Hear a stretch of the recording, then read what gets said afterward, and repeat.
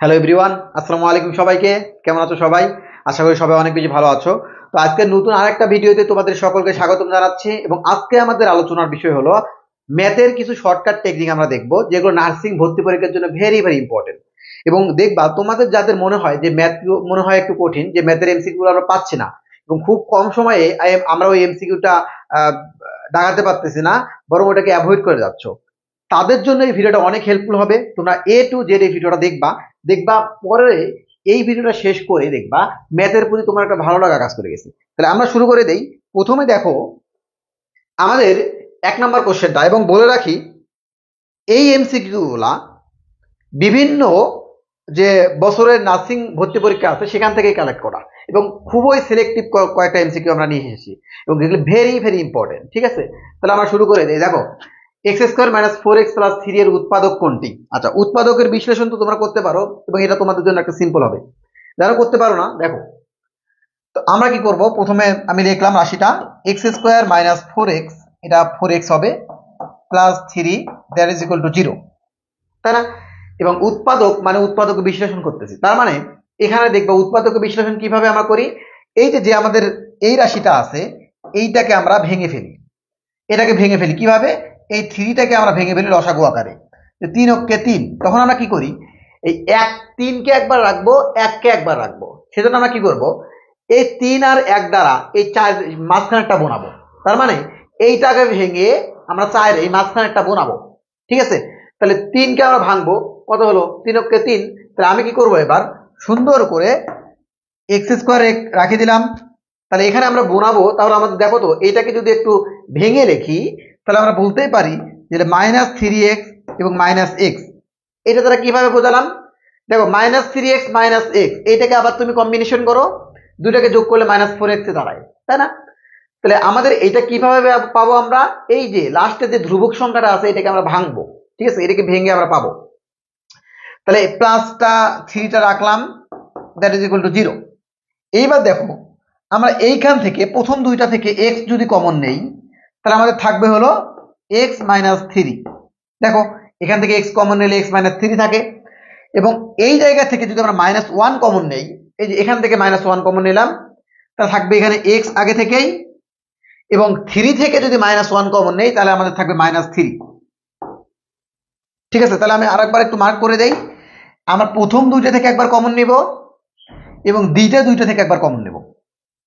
ঠিক আছে, এবং যদি তোমাদের মাথায় এটা না থাকে যে -3 কিভাবে আসলো, তোমরা এটা বোনাবা কিভাবে, এখানে ব্র্যাকেটের ভেতর যেটা আছে, এখানে ব্র্যাকেটের ভেতরে একই সংখ্যা থাকবে, তার মানে এখানে x - 3 এসে গেছে, এখানে x - 3 এসে যাবে। তাহলে আমরা সেজন্য করলাম কি, x কমন নেওয়ার পর x - 3 রেখে দিলাম, এবং এখান থেকে -1 কিভাবে কমন নেব, এই সংখ্যাটা এই যে আমাদের ব্র্যাকেটের ভেতর যে সংখ্যাটা আছে সেটাকে আমরা এখানে বসাবো, সেখান থেকে -1 আবার কমন নিলাম। এভাবে করতে পারো, বা তোমাদের যেরকম করে ভালো লাগে সেভাবে করবা। তাহলে আমি আবারও বলে দিচ্ছি, x কমন নিলাম, x - 3 হলো, -1 কমন নেওয়ার ফলে x - 3 হয়ে গেছে। তাহলে এখানে আমরা দিলাম দ্যাট ইজ ইকুয়াল টু 0। আমি কালারটা চেঞ্জ করে নেই। তাহলে এইবার আমরা কি করব, দেখো তো এইবার x এখানে আছে, দেখো তো এর মধ্যে আমি যদি এই x - 3 এই x - 3 দুইটা আছে, দুইটা থেকে আমরা একটা কমন নিতে পারি, তাহলে দুইটা থেকে তুমি একটা কমন নিবা, তাহলে x - 3 থাকলো। আর একটা কি করবা, বাকি যে পোর্শনটা থাকে, বাকি যে অংশটা থাকবে সেটাকে আমরা আবার লিখবো, কোনটা, x - 1, এইটা আলাদা করে আছে না, এইটাকে আমরা আলাদা করে এখানে লিখবো x - 1। এইটাই হলো এর উৎপাদক বিশ্লেষণ, এইটাই आंसर। আমি আবারও বলে দিচ্ছি, এইখানে ব্র্যাকেটের ভেতর দুইটা আছে, তাহলে দুইটা থাকলে আমরা দুইটা নেব না, আমরা একটা নেব, দুইটার মধ্যে আমরা একটা নিব, সেই জন্য x - 3 নিয়েছি, এবং তার পাশাপাশি বাকি কি কি আছে, x আছে, -1 আছে, সেইটাকে আর একটা ব্র্যাকেটের ভেতর রেখে দিয়েছি। তাহলে এইটা হবে এর উৎপাদক বিশ্লেষণ। এখন তোমরা একটু অপশনের দিকে তাকালেই বুঝতে পারবা কোনটা হবে অ্যান্সার। তো একটু টাইমিং মিস্টেকের কারণে আমাদের এখানে প্লাস দেওয়া ছিল, পরে আমরা এখানে প্রুফ রিডিং করে এখানে মাইনাস দিয়েছি, তার মানে অ্যান্সার উইল বি দ্য ঘ, অ্যান্সার হবে ঘ নাম্বারটা। এবং এটা খুবই সিম্পল একটা ম্যাথ, শুধু উৎপাদক বিশ্লেষণ, এবং এই রকম উৎপাদক বিশ্লেষণ বারবার আসতেছে, সেজন্য তোমাদের উচিত হবে এগুলোকে অবহেলা না করা। প্রত্যেকটা সাবজেক্টে ইম্পর্টেন্ট, প্রত্যেকটা সাবজেক্টে সক্রিয়ভাবে ইম্পর্টেন্ট, তাহলে প্রত্যেকটা সাবজেক্টে সমান গুরুত্ব দিয়ে আগাতে হবে। তাহলে এটা গেল। এবার নেক্সট কোশ্চেন দেখো, 2 নম্বর কোশ্চেন, 75 টাকায় একটি জিনিস কিনে 90 টাকায় বিক্রি করলে শতকরা কত টাকা লাভ হবে।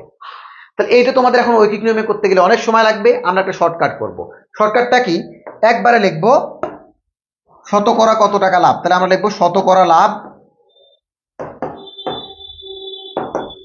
শতকরা লাভ হবে সমান, দেখো শর্টকাট এটা লিখে রাখো, বিক্রয় মূল্য মাইনাস ক্রয় মূল্য ডিভাইডেড বাই ক্রয় মূল্য। বুঝলো? আর যেহেতু শতকরা চাইছে, এর সাথে সাথে অবশ্যই আমরা এখানে 100 টাকা 100 দ্বারা একটা গুণ দিব। ঠিক আছে, এর সাথে অবশ্যই আমরা 100 দ্বারা গুণ দিব। তাহলে আবারও বলে দিচ্ছি, শতকরা লাভ হবে বিক্রয় মূল্য মাইনাস ক্রয় মূল্য ডিভাইডেড বাই ক্রয় মূল্য, এবং যেহেতু শতকরার হিসাব তাই আমরা 100 দ্বারা একটা গুণ দিব, এবং এইটাই সেই সূত্র। এবং এই সূত্রটা মুখস্থ রাখলেই তোমরা দেখবা এই এই অঙ্কগুলো আর ঐকিক নিয়মে করতে হবে না, এই অঙ্কগুলো আর ঐকিক নিয়মে করতে হবে না। দাঁড়াও, এটা একটু আমরা একটু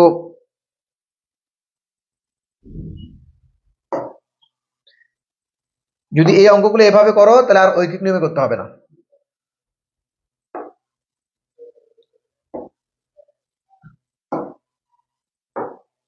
ঠিক আছে, এইটা হলো আমাদের শর্টকাট। কখন, যখনই বলবে শতকরা লাভ কত, শতকরা ক্ষতি কত, তোমরা এটা দিয়ে দিবা, তাহলে ইনশাল্লাহ পেয়ে যাবা। তাহলে এখানে একটু ক্ষতির ক্ষেত্রে অল্প একটু ইনভার্স হবে, ক্রয় মূল্যটা আগে আসবে, সেটা আমরা পরে বুঝবো। বাট আপাতত তোমরা জেনে রাখো শতকরা লাভটাই বেশি আসে, বারবার এমসিকিউতে দেখা যাচ্ছে লাভে আসছে। বাট যদি কখনো বলে শতকরা ক্ষতি কত, তুমি একটা সিম্পল কাজ করবা, এই ক্রয় মূল্যটাকে আগে দিবা, বিক্রয় মূল্যটাকে পরে দিবা। কেন আগে কেন পরে দিবে তোমরা নিজেই বুঝতে পারবা। কারণটা কি, কখন আমাদের লাভ হবে বলতো, বিক্রয় মূল্য বেশি হলে লাভ হবে, বেশি থাকে কম বিয়োগ। তাহলে কখন আমাদের ক্ষতি হবে, কখন আমাদের লস হবে, যখন আমাদের ক্রয় মূল্য বেশি বিক্রয় মূল্য কম, তাই না? সেজন্য আমরা সব সময় বড়টাকে সামনে রাখবো। ঠিক আছে, বাট তোমাদের এইটাই বেশি আসে, সেজন্য এইটাতে বেশি বেশি ইম্পর্টেন্ট দাও, এইটাতে ভেরি ভেরি ইম্পর্টেন্ট দাও, এইটাই এবার আসে। এইবার আমরা তাহলে অ্যাপ্লাই করি, কিভাবে করব। এইবার আমরা সমান দিয়ে দেখো কি বলেছে, বিক্রয় মূল্য কত, 90 টাকা, তাহলে লিখলাম 90 টাকা মাইনাস ক্রয় মূল্য কত, আমরা কত টাকা দিয়ে কিনেছিলাম 75 টাকা, ডিভাইডেড বাই আবার ক্রয় মূল্য কত সেটা আবার বসাবো। বলো, দেখছো? এইবার শতকরার হিসাব করার জন্য সুন্দরভাবে একটা কি দিলাম, 100 দ্বারা গুণ করলাম। এইবার তোমরা আমাকে বলো তো, এই 90 মাইনাস 75 ডিভাইডেড বাই কত আছে, তাহলে আমরা কি করলাম, উপরে 90 মাইনাস 75 এবং সুন্দরভাবে আমি একটা কাজ করলাম, এখানে 15 বা 15 ডিভাইডেড বাই 75। কেন এটা করব, এই 75টা আছে আগে থেকেই, এটা আমরা বিয়োগ করলাম, আর 75 মানে 75 নিচে।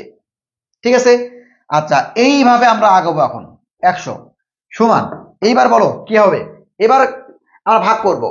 15 দ্বারা 75কে ভাগ করলে কি আসে বলো তো, কাটাকাটি করলে 5, 5 পূর্ণ 75।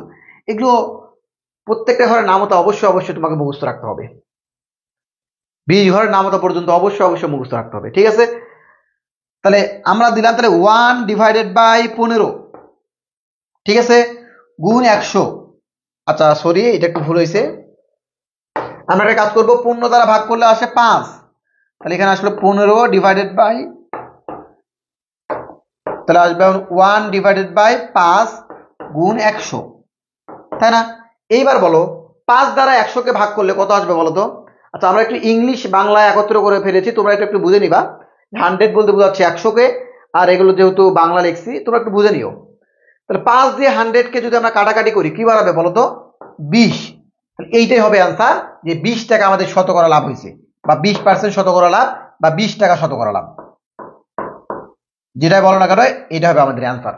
তাহলে আমরা এখন অ্যান্সার বের করে দেখি, ঘ নাম্বার হবে অ্যান্সার। বুঝছো কিনা বলো? খুবই সিম্পল। কি করব, শর্টকাটটা অ্যাপ্লাই করব। শর্টকাট কি, বিক্রয় মূল্য মাইনাস ক্রয় মূল্য ডিভাইডেড বাই ক্রয় মূল্য এবং সাথে হলে 100 গুণ, সবকিছু বসে দাও, কাটাকাটি করো, দেখবে অ্যান্সার চলে আসবে। ঠিক আছে, এইটা গেল। এইবার দেখো নেক্সট কোশ্চেন,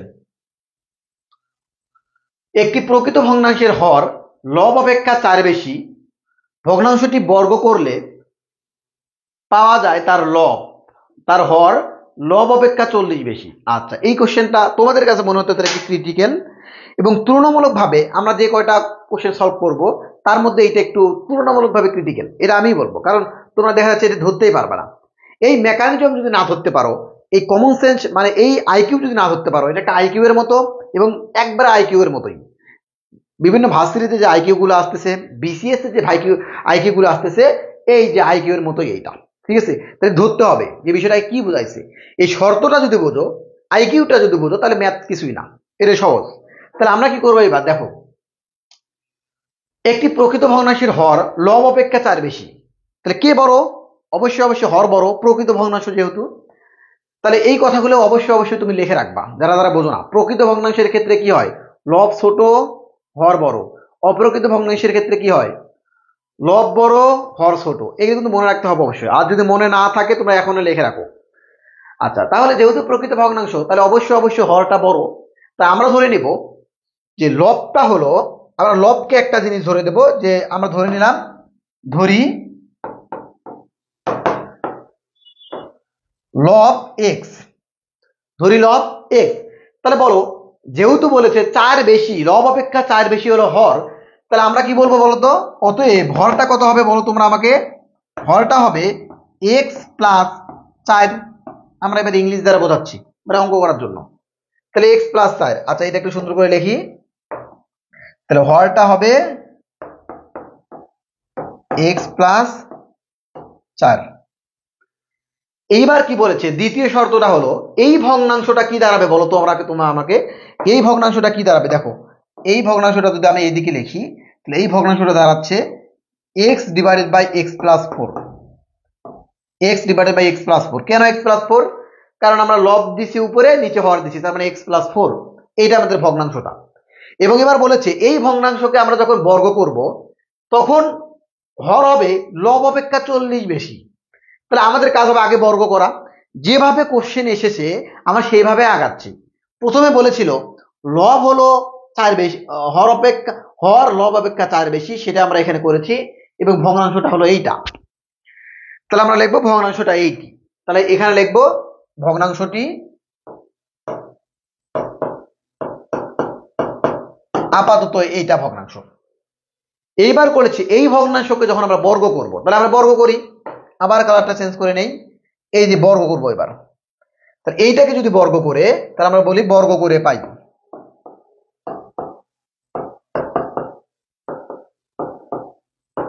বর্গ করলে কি হবে? X square divided by x plus 4 whole square. এইবার বলেছে যখন তুমি বর্গ করবা, তখন কি হবে? হর লব অপেক্ষা 40 গুণ বেশি হবে। আবার বলে দিচ্ছি, বর্গ করার পরে হর লব অপেক্ষা 40 গুণ বড়। তাহলে এইখানের ক্ষেত্রে আমরা বলবো এইটা হলো আমাদের কি বলতো? লব। এইটা হলো কি আমাদের বলতো? হর। তাহলে এখন বলেছে, তাহলে এখন শর্ত মতে আসো, এখানে আমরা লিখি যে শর্ত মতে বা প্রশ্ন মতে, দ্বিতীয় শর্ত মতে কি হবে? যখন বর্গ করেছি তখন হরটা হবে, বা এক্স স্কোয়ার প্লাস 4টা হবে, যেটা আমাদের হর, হরটা হবে লব অপেক্ষা 40 বেশি, তার মানে এক্স স্কোয়ার প্লাস 40। এটা হলো প্রশ্ন মতে। বুঝো নাই? দেখো, এইটা তোমাদের একটু বুঝতে অসুবিধা হবে আমি জানি, তবু আমি একটু দেখাচ্ছি। দেখো, এইটা হলো আমাদের হর। হর যখন আমরা পেয়েছি, এটা অবশ্যই আমাদের হর, আমরা একটু স্কোয়ার দিয়ে নেই, স্কোয়ারটা দিতে ভুলে গেছি, এটা হর।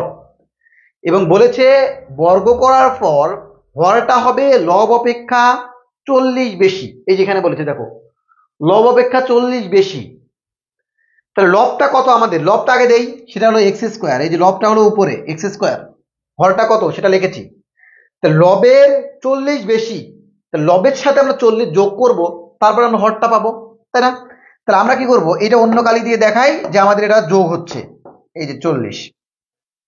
তারপরে আমরা এই সমতা দিতে পারবো যে এইটা হলো আমাদের ছিল লব, এই লবের সাথে আমরা যখন 40 যোগ করেছি তখন আমরা হর পেয়েছি। এইবার দেখো, এইবার আর কিছুই না ভাই, এই পর্যন্ত তোমরা যদি বুঝে থাকো বাকিটুকু সোজা। দেখো, এইবার দেখো, এখানে আমরা কি করলাম? এক্স স্কোয়ার প্লাস 4 সমান এক্স স্কোয়ার প্লাস 40। তোমরা আমাকে বলো, আমরা যদি এইটাকে একটা কাজ করি, আচ্ছা এটা একটু অল্প একটু মিস্টেক, এখানে স্কোয়ার হবে না, আমরা এটা আবার লিখতেছি এক্স প্লাস 4,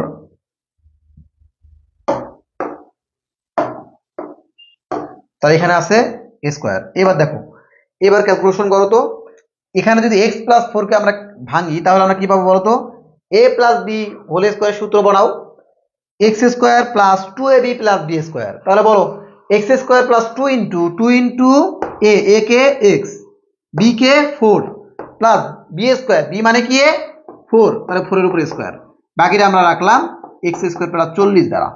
এইবার বলো এখান থেকে আমরা বলবো এক্স স্কোয়ার প্লাস 4 দুগুণ 8x প্লাস 16 সমান এক্স স্কোয়ার প্লাস 40। এইবার বলো, এইবার তোমরা আমাকে বলো এই বাম পক্ষের এক্স স্কোয়ার ডান পক্ষের এক্স স্কোয়ার কাটা যায় না? যায় তো, তাহলে ক্যান্সেল আউট করে দাও তাড়াতাড়ি। তাহলে আমরা বাম পক্ষের এক্স স্কোয়ার ডান পক্ষের এক্স স্কোয়ার কাটা দিই। বা যদি তোমরা এটা যদি না বোঝো তাহলে আমরা একটা কাজ করতে পারি, সবগুলো জিনিসকে আমরা ডান পক্ষে নিয়ে যাবো বা সবগুলো জিনিসকে আমরা বাম পক্ষে নিব, তাহলে কাটাকাটি করতে সুবিধা হবে। এটা যদি না বোঝো, আর যদি বুঝে থাকো তাহলে এক্স স্কোয়ার উভয় পক্ষ থেকে কাটা দাও। তাহলে আমরা যদি ওইটাই করি, আমরা উভয় পক্ষ থেকে এক্স স্কোয়ার কাটা দিলাম, তাহলে আমরা কেটে দিই উভয় পক্ষ থেকে, এখান থেকে এক্স স্কোয়ার এখান থেকে এক্স স্কোয়ার কাটা। এইবার বলো এখানে কি কি বাকি থাকে, 8x প্লাস 16 সমান হলো 40।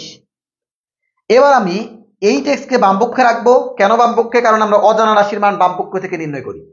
এবার বলো 40 মাইনাস 16 কত আসে বলো তো, 40 মাইনাস 16 কত আসে? 40 মাইনাস 16 আসবে হলো 24। তাহলে 8x সমান 24, 8x সমান কত 24, তাহলে x সমান হবে 24 divided by 8, that is equal to 3। এইবার আসো, দেখছো আমি বলেছিলাম তুলনামূলকভাবে তার্কিকের যে ম্যাথগুলো আছে খুবই শর্টকাটে অ্যাপ্লাই করা যায়, বাট এইটার ক্ষেত্রে একটু কঠিন হয়ে গেছে। বাট তোমাদের যদি সবগুলো পাইতে হবে তাই অবশ্যই সবগুলো আয়ত্তে রাখতে হবে, কারণ এখান থেকে একবার সিম্পল করেও দিতে পারে। এবার দেখো এই যে আমাদের যে ম্যাথটা, এই এক্স এর মানটা কি বলতো, লব আমরা পেয়ে গেছি। কারণ আমরা দেখো এক্স এর মানটাকে ধরেছিলাম লব, যে লব হবে এত, লব হবে এত, এটা বলেছিলাম। এইবার হর হবে এক্স প্লাস 4, তাহলে এবার আমরা ভগ্নাংশটা যেহেতু এটা বসাইছি, এক্স এর মান কত পাইলাম বলতো 3, তাহলে অতএব ভগ্নাংশটা হবে, এখানে আমরা ওই কালি দিয়ে রেখি, এই যে ভগ্নাংশটা আমরা এবার পেলাম কোথা থেকে পাইলাম, এই যে এই মানগুলা আমরা উপরে বসিয়ে দেবো, একবারে উপরে, এই মানগুলো একবারে উপরে বসিয়ে দেবো, এই যে ভগ্নাংশ যেখান থেকে পেলাম। তাহলে তোমরা আমাকে বলো কত হবে, ভগ্নাংশটা হবে 3 ডিভাইডেড বাই 3 প্লাস 4, তাহলে হবে 3 ডিভাইডেড বাই 7। কিভাবে আসলো, তাহলে 3 ডিভাইডেড বাই 7 কোথায় আছে, খ নাম্বার, তাহলে অ্যান্সারটা হবে খ নাম্বার। তাহলে বলো এটা বুঝছো কিনা? তাহলে আমি আরেকবার রিভাইজ করি, সেটা হলো যেহেতু আমাদের এখানে বলেছিল, এবং তোমরা সবাই পিডিএফ পেয়ে যাবা ইনশাল্লাহ, তো এখানে বলেছিল প্রথমে কি বললো, যাদের যাদের সমস্যা আছে একটু মিলিয়ে নাও, হর লব অপেক্ষা 4 বেশি, তাহলে সেই অনুযায়ী আমরা বলেছি যে লব এত হর এত। তারপরে আমরা ভগ্নাংশটা লিখেছি যে ভগ্নাংশটা এরকম হবে, কারণ উপরে লব নিচে হর। এইবার বলেছে যদি বর্গ করি, আমরা ভগ্নাংশটাকে যদি বর্গ করি তাহলে হর হবে লব অপেক্ষা 40 বেশি, তাহলে আমরা বর্গ করেছি এবং প্রশ্ন মতে লিখেছি হর এক্স প্লাস 4 স্কোয়ার, সেইটা হবে লব প্লাস 40, লব কত এক্স স্কোয়ার প্লাস 40। এইটাকে আমরা বিশ্লেষণ করতে করতে সূত্র অ্যাপ্লাই করে একবারে এনেছি এক্স এর মানটা 3। এক্স এর মান যদি 3 হয় তাহলে আমরা সেটা হলো লবের মান, আর হরটা হবে লব থেকে 4 বেশি উপরে যেটা, তাহলে 7 হলো হর, লব হলো 3, তাহলে অ্যান্সারটা হবে কি বলতো, অ্যান্সারটা হবে 3/7, এটাই অ্যান্সার। আচ্ছা নেক্সট কোশ্চেন, 12 জনে একটি কাজ 9 দিনে শেষ করতে পারে, একই কাজ 18 জন করলে কাজটি কত দিনে শেষ করতে পারবে? খুবই সিম্পল ম্যাথ, শর্টকাট অ্যাপ্লাই করব, শর্টকাট অ্যাপ্লাই করলেই হয়ে যাবে। দেখো এখানে শর্টকাট কিভাবে অ্যাপ্লাই করবা, ব্যক্তির সংখ্যা গুণ দিনের সংখ্যা, আবার ব্যক্তির সংখ্যা গুণ দিনের সংখ্যা। শর্টকাটটা কি এই ধরনের শর্টকাট, তাহলে যখন কাজের কথা বলবে তাহলে তুমি শর্টকাট লিখবা ব্যক্তির সংখ্যা গুণ দিনের সংখ্যা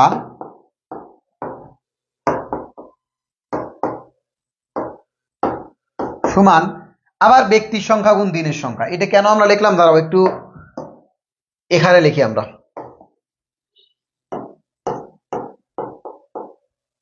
এই ধরনের যে কোনো ম্যাথে আছে কাজের ম্যাথ, একটা পুকুর খনন করতে কতটুকু কাজ সম্পন্ন করতে হবে, কতজন লোক লাগবে, এই সমস্ত ম্যাথগুলো আমরা এই শর্টকাট দিয়ে অ্যাপ্লাই করব। তাহলে ব্যক্তির সংখ্যা গুণ ব্যক্তির সংখ্যা গুণ দিনের সংখ্যা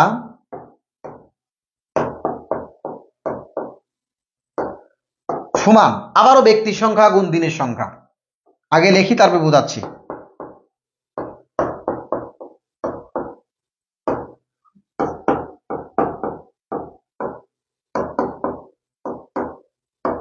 এইবার দেখো ব্যক্তির সংখ্যা গুণ দিনের সংখ্যা, এইটা হলো, আমি একটু কালারটা চেঞ্জ করে নিই আরেকবার। এইটা হলো প্রথম ক্ষেত্রে 1 নাম্বার কেস, এইটা হলো 2 নম্বর কেসের ক্ষেত্রে। তার মানে প্রথমে বলে দিচ্ছে 12 জন ব্যক্তি একটি কাজ 9 দিনে শেষ করতে পারে, তাহলে 18 জন কত দিনে শেষ করতে পারবে? আবার বলে দিচ্ছি 12 জন ব্যক্তি 9 দিনে শেষ করতে পারে, 18 জন কত দিনে শেষ করতে পারবে? তাহলে কেস 1 এর ক্ষেত্রে 12 গুণ 9 হবে, কারণ এইটা আগে শেষ করতে পেরেছে। তা যখন আমি 18 জন ব্যক্তিকে আনলাম তখন কতদিন লাগবে সেটা কিন্তু দ্বিতীয় ক্যাটাগরি। তাহলে প্রথম ক্যাটাগরি কি হবে বলতো? প্রথম ক্যাটাগরি হলো প্রথমে কতজন নিয়েছে এবং প্রথমে কতদিন লাগছে সেটা হলো এখানে।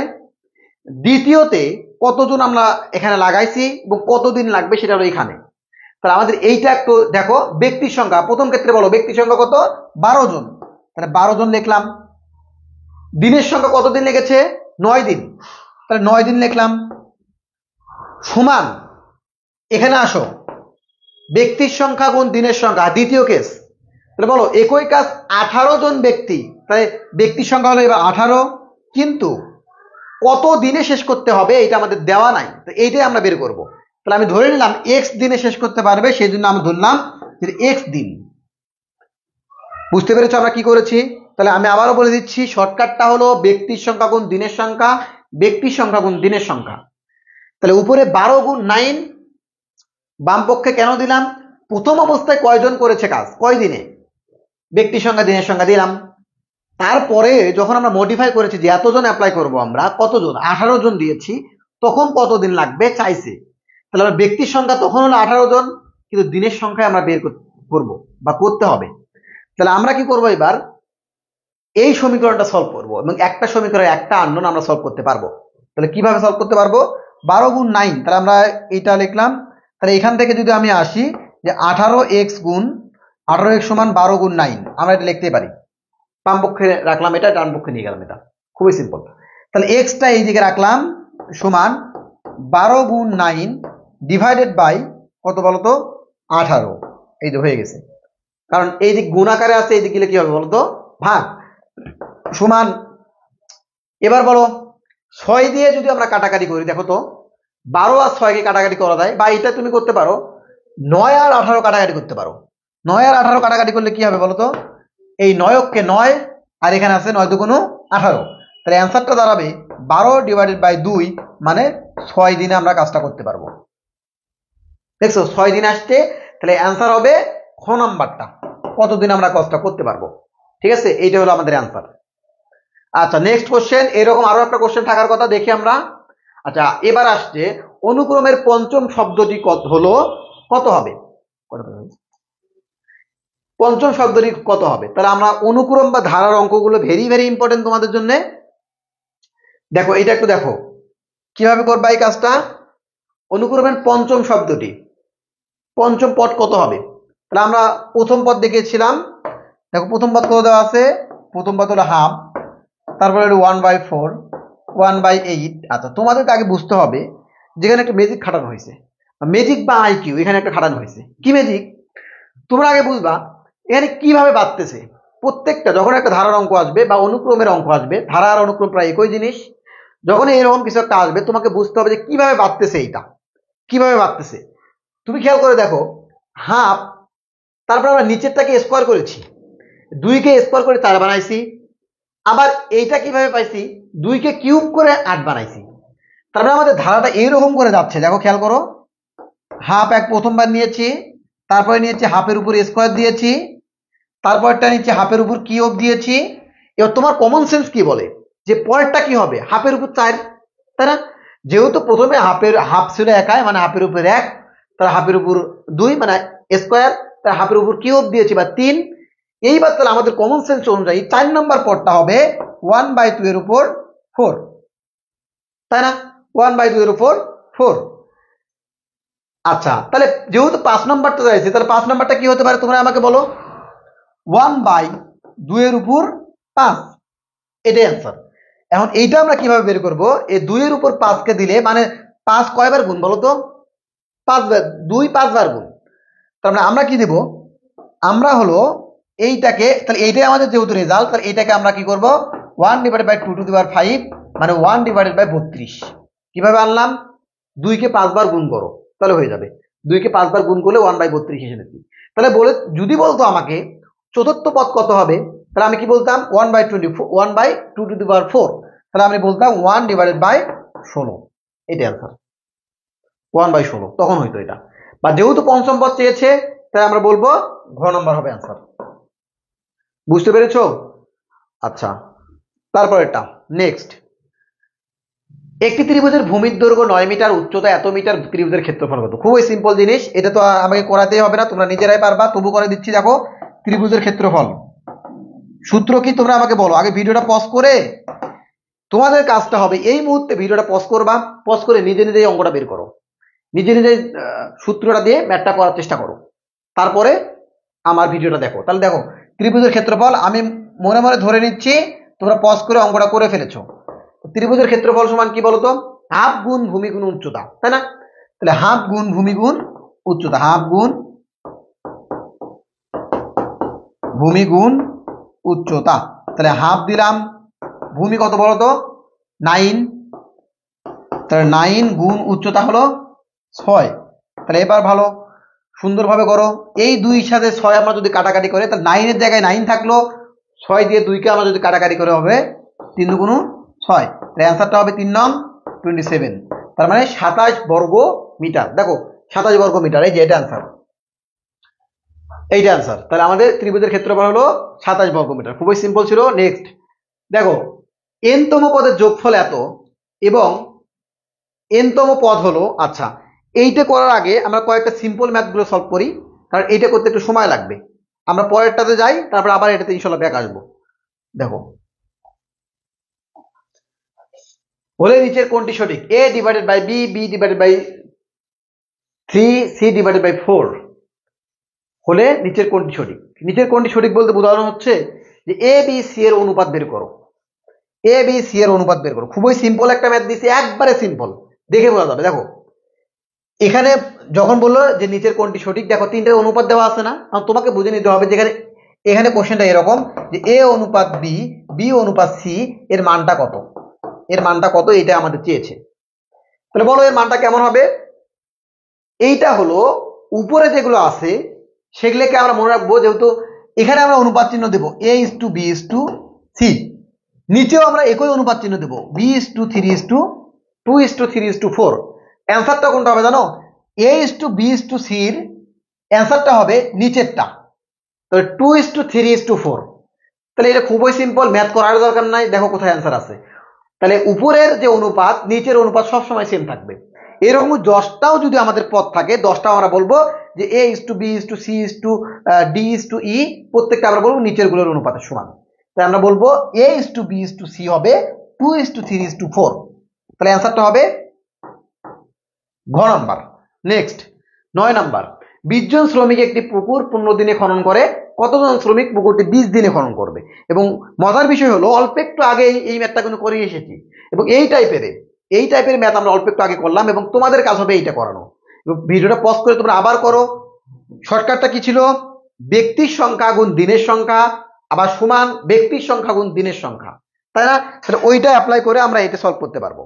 তাহলে আমি এখানে আর শর্টকাটটা লিখে দিচ্ছি না, একবারে বলছি। তাহলে তোমরা কি লিখবা? ব্যক্তির সংখ্যা গুণ দিনের সংখ্যা, অল্প একটু আগে কিন্তু ম্যাথটা করে এসেছে, সমান ব্যক্তির সংখ্যা গুণ দিনের সংখ্যা।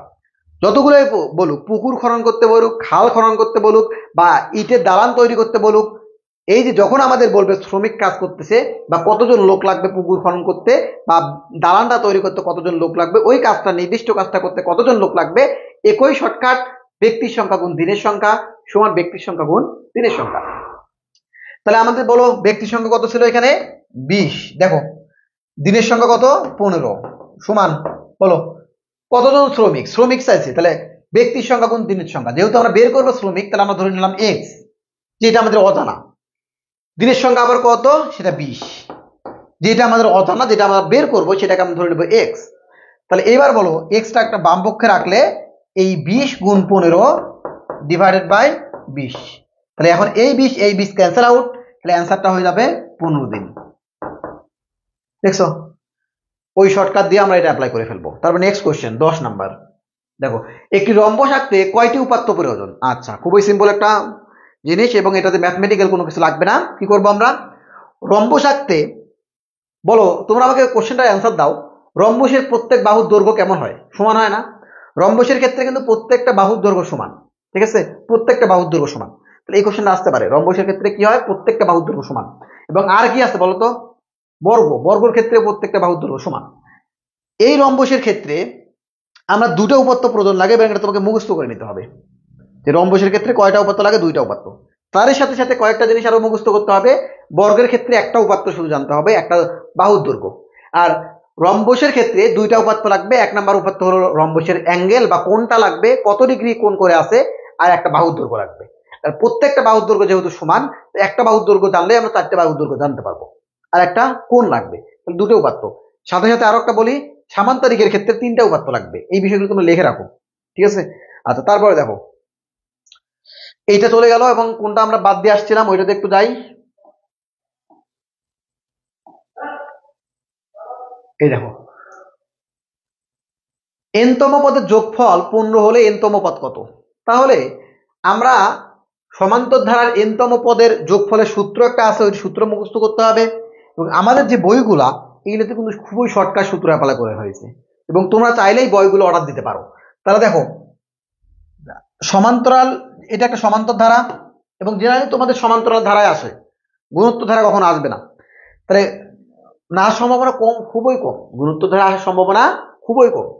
তাহলে আমরা কি করব, আমরা জানি সমান্তর ধারা যোগফল হলো n/2 2a plus n minus 1 into D, ঠিক আছে?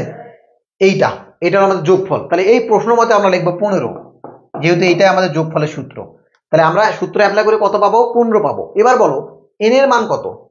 n এর মান আমরা জানি না, ওই n এর মানটাই নির্ণয় করবো। তাহলে n/2, আবার লিখলাম 2a, এর মান কত? প্রথম পদ কত সেটা? 1, লিখলাম 2 ইন্টু 1 n মাইনাস 1 ইন্টু সাধারণ অনুপাত কত?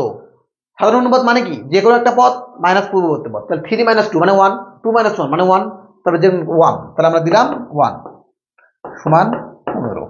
এইবার এখান থেকে কি করব, n/2 রাখলাম।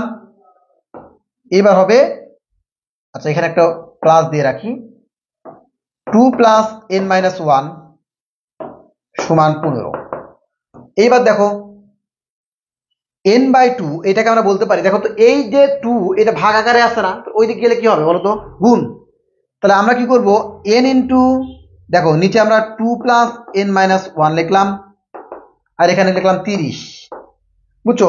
এইবার দেখো এখানে আমরা বলতে পারি 2n plus n square minus n সমান 30। আমরা এই ব্র্যাকেটটা ক্যান্সেল আউট করে দিলাম, ব্র্যাকেটটা ক্যান্সেল আউট করে দিয়ে এটা লিখলাম। এইবার দেখো আমরা খুবই সুন্দরভাবে সাজাই, n স্কোয়ার, 2n থেকে একটা n গেলে কয়টা n থাকে, আরো প্লাস একটা n, তাহলে প্লাস n, এই দিক 30 আছে প্লাস আকারে, এই দিকে আসলে কি হবে মাইনাস, তাহলে মাইনাস 30 সমান 0। এইবার বলো এইটাকে আমরা কি করব, দেখো এবার মিডল টার্ম কিভাবে করব, দেখো এই যে অর্ধেক আগে একটা মিডল টার্ম শিখেছি এবং সেটা খুবই ছোট ছিল এবং এটা একটু বড়। তাহলে আমরা কি বলবো, এই 30 কে ভাঙবো লসাগু আকারে। কিভাবে ভাঙা যায় বলো তো, 5 6 একবারে 30 হয় না? কেন বুঝলাম যে 5 6 নিতে হবে, কারণ আমাদের মাঝখানেটা বোনাতে হবে। 6 থেকে 5 বাদ দাও, দেখো 1 হয়ে গেছে। তাহলে আমরা লিখবো 6n মাইনাস 5n মাইনাস 30 সমান 0। মাঝখানেরটা কিভাবে বোনালেন দেখো, খেয়াল করো, মাঝখানেরটা এইটুকু, তাহলে n কে আমাদের বোনাতে হবে এইটা ভেঙে। 30 কে ভাঙলাম, 5 6 পেলাম, 6 থেকে 5 বাদ দিয়ে একটা n এনেছি, মানে একটা থেকে একটা বাদ দিয়েছিলাম, তাহলে এরকম করে আনলাম 6n মাইনাস 5n, মানে একটা n থাকলো। তাহলে n স্কোয়ার, দেখো তো এখান থেকে একটা কাজ করবো, এবার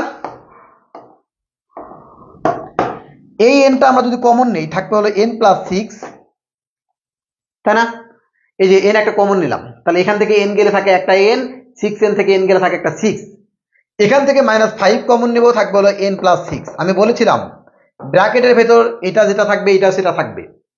তাহলে n plus 6 n minus 5 that is equal two 0। এইবার দেখো আমাদের কি বলেছে n এর মান কত, তাহলে n এর মান দুইটা হতে পারে, একটা হতে পারে n প্লাস 6 সমান 0 অথবা n মাইনাস 5 সমান 0।